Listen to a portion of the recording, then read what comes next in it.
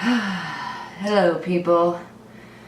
I will admit I recorded a video on flexible dieting yesterday and I had my hair all done and my makeup all done, fresh, awake, and I went to try and edit that video and I fell asleep.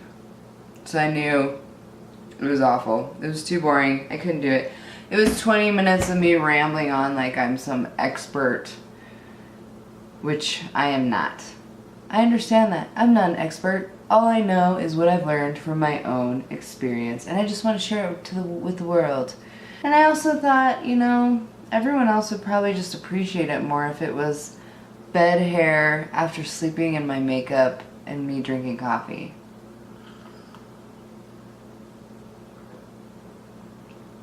Because coffee is life. Alright, let's get to it. Flexible dieting. What is flexible dieting?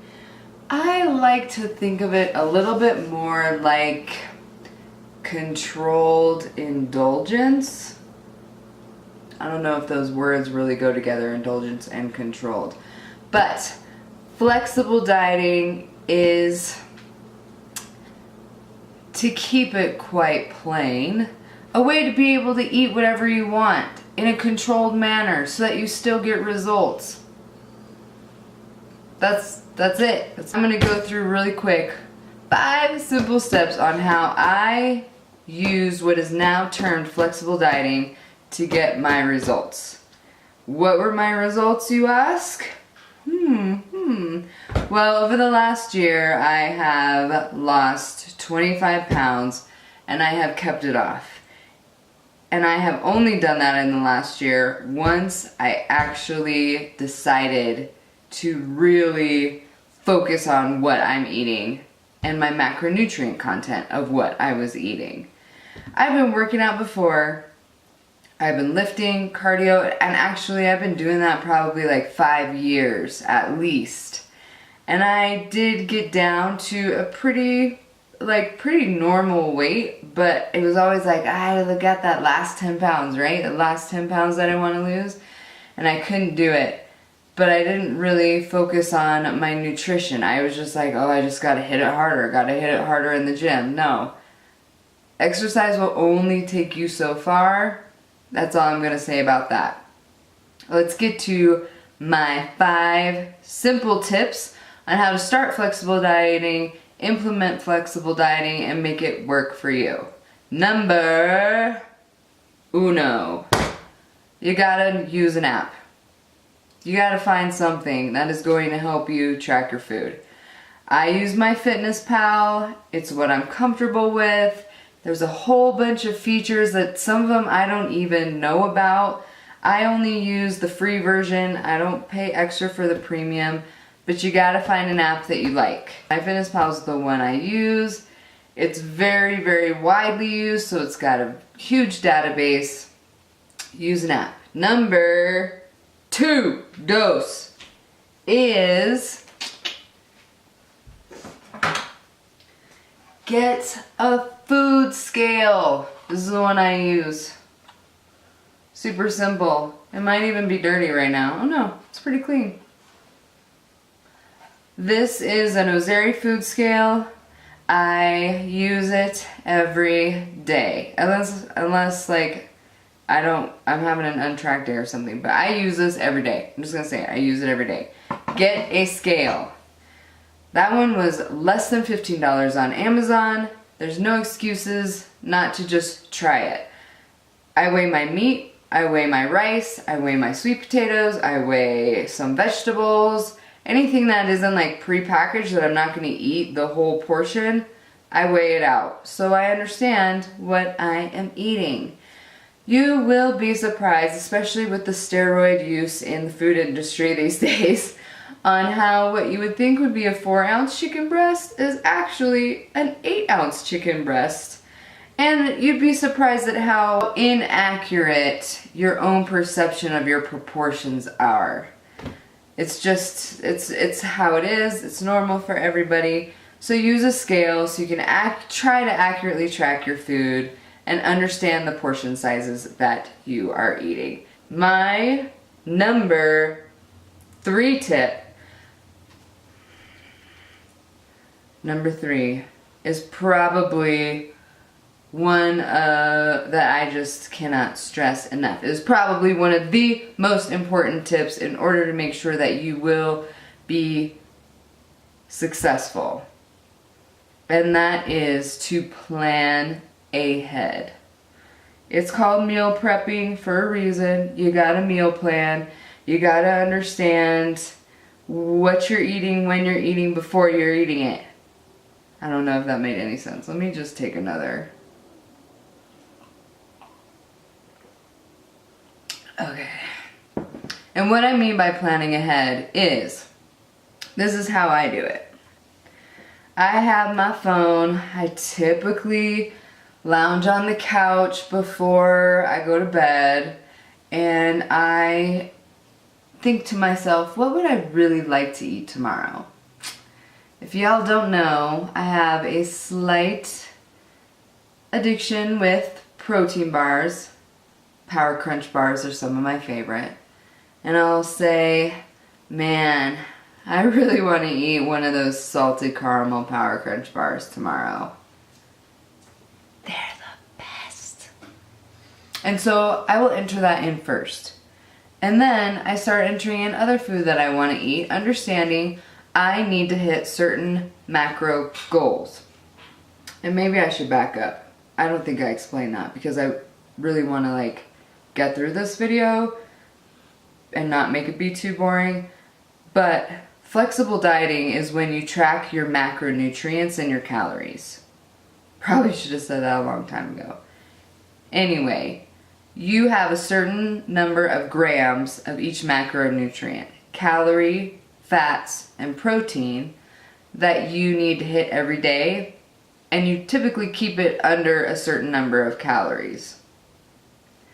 I like to be closest to my grams of macros. That's what I stress more than the calories. If my calories are over a little bit, but I'm within 2 to 3 grams of each macro, I consider that a success. So that's what the app will do for you. It will help you track your protein, carbs, and fat content of each item of food that you list. So, backtracking to planning ahead. You have your set goals. 500 grams of carbs. Wouldn't that be nice? 50 grams of fat.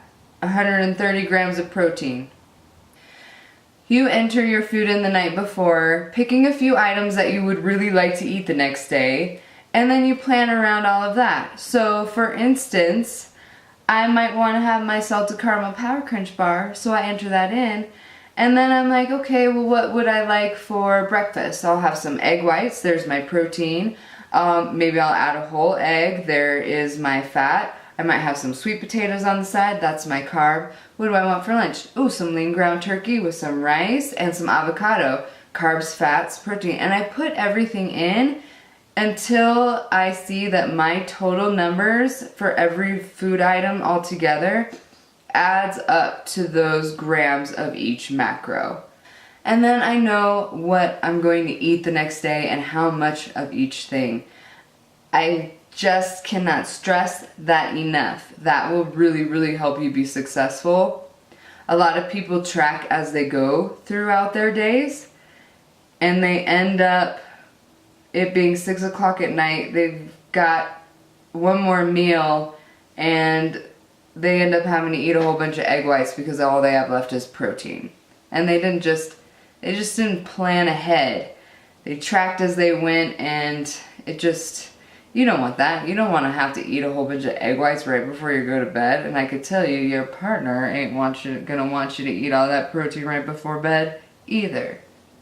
That's like my favorite tip. Number 3, plan ahead. Number 4, start simple. Keep it simple. Choose foods you like, yes, but for your main foods that you'll probably eat on a regular basis, start simple. Pick 2 to 3 lean proteins that you will enjoy every day. Chicken, not me. I'm over chicken.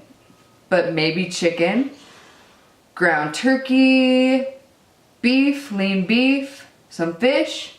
Pick 2 to 3 proteins every day. Pick 2 to 3 fat sources. Nut butter, coconut oil, olive oil, almonds, avocado.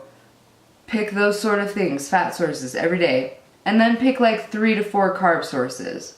My favorite one, jasmine rice. I eat that every single day. I love rice. Rice, sweet potatoes, white potatoes, things like that. Quinoa.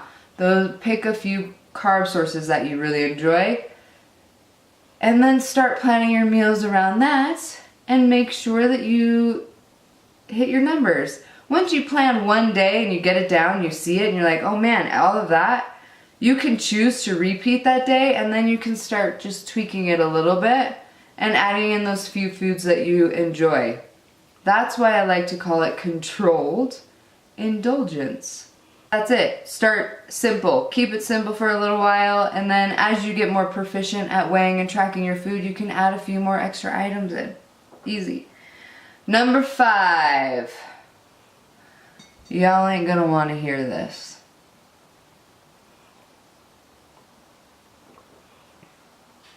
Quit drinking. I know. But I can honestly say, without a single doubt in my mind, that those last 10 pounds that I talked about earlier that I just couldn't get off, it was because of the booze. I was drinking quite regularly, definitely more than I should, but probably not that much more than your average American, it seems these days. But you gotta cut it out. If you wanna get results, you gotta put down the bottle. It's just the way it is, and I'll tell you a couple of reasons why. Number 1, we all know it's empty calories, yada yada yada. Sure, fine. That is true. You can track it, alcohol, but it's very hard and tedious to do so. It's something like 9 calories per gram of alcohol. You want to try and track that, MyFitnessPal? Have fun. You can do it, but it's really not worth it. It's just better for your body to take a break every now and then, okay? It really, really is. I am healthier than I have ever been. I have a healthier relationship with alcohol. I can drink occasionally, and when I'm talking occasionally, it's like maybe once a month, maybe twice a month at the most. And I don't use it as a crutch, and I don't self-medicate with it anymore. And I am pretty proud. I'm pretty proud of my physique, and I'm very happy with my body, and I got there because I cut out the alcohol.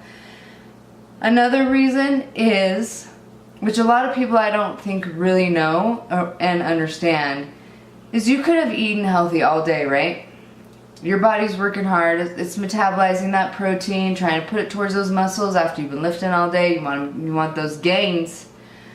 You drink that alcohol, your body shifts. You prioritize metabolizing the alcohol, and guess what happens to all those macros that you ate just a little while before? They get stored. Your body's like, hold on, I gotta put these away because I'm busy metabolizing this alcohol. This is poison for my body, legitimately. We need to detox and move this through. So all of that, those proteins, those carbs, and those fats that should be going towards doing healthy, good things for your body, maintaining hormone levels, building muscle, fighting disease, that all gets pushed aside so that your poor body could get that alcohol metabolized through and out. That's it. That's the 5th tip. That's the last tip. This is how you get results, people. If you've been in the gym, crushing it, killing yourself, just like, why is the scale not moving? Why is my body not changing? Why aren't my clothes fitting differently? You gotta shift your focus, and you gotta look at your nutrition. And nutrition, I'm telling you, is 95% of it, at least. This 80-20 bullshit is what it is. It's bullshit. 95% of your results, especially when you're over the age of, I don't know, 30, you really gotta look at your food. And you gotta use it as a tool. It should fuel you. It should help you. It should make you feel good. It should still taste good. You should not be feeling deprived. And while it does seem tedious at first to weigh and to track, the results are so worth it. You gotta put in a little bit of work to get results. That's just the bottom line. Those are my 5 simple tips. I hope they helped you. I hope that you try implementing flexible dieting, controlled, aka controlled indulgence, and see how it works for you. To me, this really isn't some sort of fad diet like keto, low carb, Atkins, wheat belly. I don't even know what else there is. It's just how I live my life. I enjoy living my life this way. I enjoy the food that I eat every day. I enjoy understanding that I am giving my body all of the macronutrients in the right proportions that it needs, and I enjoy seeing results. Leave your tips below if you have other tips for flexible dieters, controlled indulgencers, and let me know what they are. Let me know what other content you would like to see. I hope you enjoyed this video, and peace, love, and all that hippie shit.